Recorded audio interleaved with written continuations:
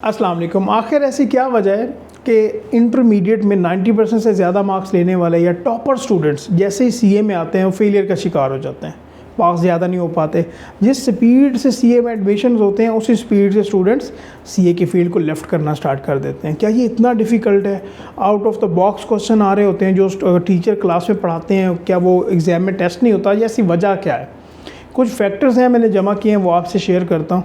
तो आपने ये गौर से वीडियो देखनी है ताकि आप सीए में आना चाहते हो या इनिशियल स्टेजेस पे हो चार्टर्ड अकाउंटेंसी में, तो आप इन फैक्टर्स पे अमल करो, कुछ चीज़ों से बचो, कुछ चीज़ों पे अमल करो ताकि आप पास की तरफ जाओ, ना कि अपने आप को फेलियर की तरफ लेके जाओ। तो आपने चैनल भी ज़रूर सब्सक्राइब कर लेना है। नंबर 1, जैसे ही स्टूडेंट किसी कॉलेज में एडमिशन ले ले, चाहे वो फिज़िकल कॉलेज है, लेट्स सपोज मैं फिज़िकल कॉलेज की ही बात कर रहा हूँ, तो स्टार्ट पे जो उसका फ्रेंड सर्कल बनता है, ये देखना होता है कि जो जिस फ्रेंड सर्कल में वो जा रहा है, क्या उनका माइंड स्टडी की तरफ है या वो अपना टाइम वेस्ट कर रहे हैं, लाइक लाइब्रेरी को ज़्यादा यूटिलाइज़ कर रहे हैं या कैफ़े में ज़्यादा टाइम गुजार रहे हैं। तो यहाँ पे ये देखना होगा किसी भी फील्ड में कि उसकी फाउंडेशन किस तरह से बन रही है।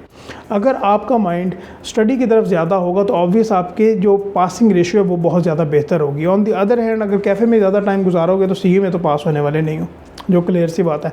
अभी यहाँ पे मैं आपको एक और मज़े की बात ये बताता जाऊँ कि लाइब्रेरी में भी ऐसा नहीं है कि 100 बच्चे जा रहे हैं तो 100 के 100 पढ़ने के लिए जा रहे हैं, नहीं, वहाँ पे भी बड़े प्रॉब्लम्स हैं, चाहे वो लड़के हों या लड़कियाँ हों।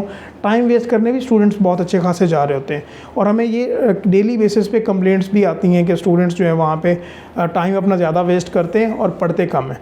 ठीक है, तो ये आपने इस चीज़ को भी ज़हन पे रखना है। दूसरा जो पॉइंट है वो लेवल सिस्टम है। जैसे ही स्टूडेंट इंटरमीडिएट के बाद लेवल 1 में आता है ना, तो पहले इंटरमीडिएट में वो जितने घंटे भी पढ़ता हो तो लेवल 1 सीए का कंपैरेटिवली काफ़ी इजी है।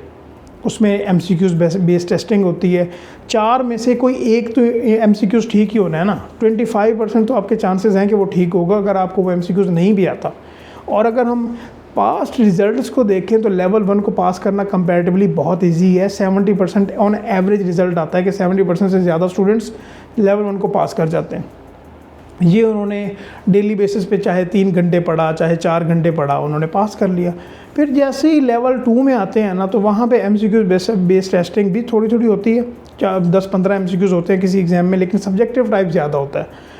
वहाँ पे उनके लिए एक नई दुनिया होती है। और आपको ये भी पता होना चाहिए कि चार्टर्ड अकाउंटेंसी के एग्ज़ाम में नंबर नहीं आते हैं। ठीक है, आपने 50 नंबर तो लेने होते हैं, लेकिन वो 50 नंबर लेने के लिए भी आपको अच्छी खासी तगोदो करनी पड़ती है और आपका माइंडसेट वही होता है जो लेवल 1 में होता है। ठीक है जी, हम ये पढ़ते रहेंगे और फिर सब्जेक्टिव बेस्ड टेस्टिंग में आप जाके फेल हो जाते हैं।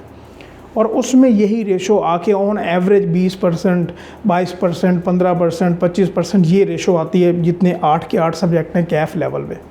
और इसी तरह नेक्स्ट जो हमारे एग्ज़ाम्स होते हैं उनमें भी रेशो कम होना स्टार्ट हो जाती है। तो कंसिस्टेंसी स्टूडेंट्स में नहीं होती, यहाँ पे ये देखने की बात है। इसके अलावा एक और पॉइंट बड़ा इंटरेस्टिंग है, वो ये है कि जिन स्टूडेंट्स का किसी और फील्ड में नहीं होता ना, वैसे तो ज़्यादातर स्टूडेंट्स ही सीए में वही आ रहे होते हैं जिनका किसी इंजीनियरिंग में या डॉक्टरेट में या किसी भी यूनिवर्सिटी में मेरिट नहीं बना, तो उन्होंने कहा चलो जी यहाँ पे तो 60% वाला भी एडमिशन ले लेता है, तो चलो हम एडमिशन ले लेते हैं।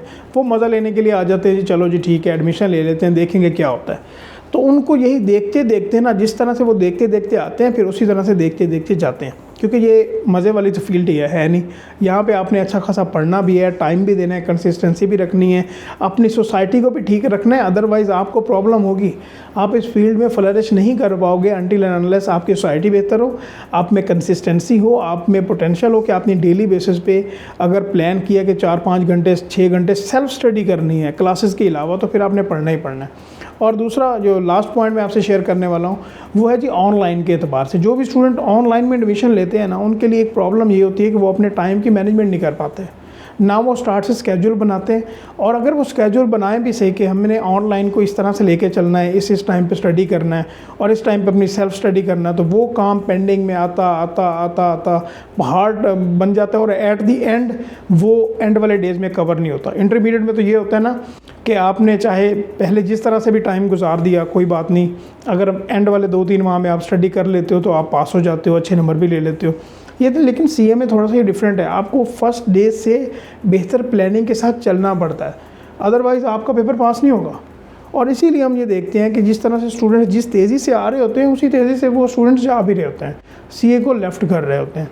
तो आपने कुछ ये फैक्टर्स हैं जिनसे बचना है, और अगर आप सोसाइटी बेहतर रखो, कंसिस्टेंसी से रहो, एक प्लान के साथ चलो, तो आपके ज़रूर पेपर भी पास होंगे और आपको कोई भी परेशानी नहीं होगी। ठीक है जी।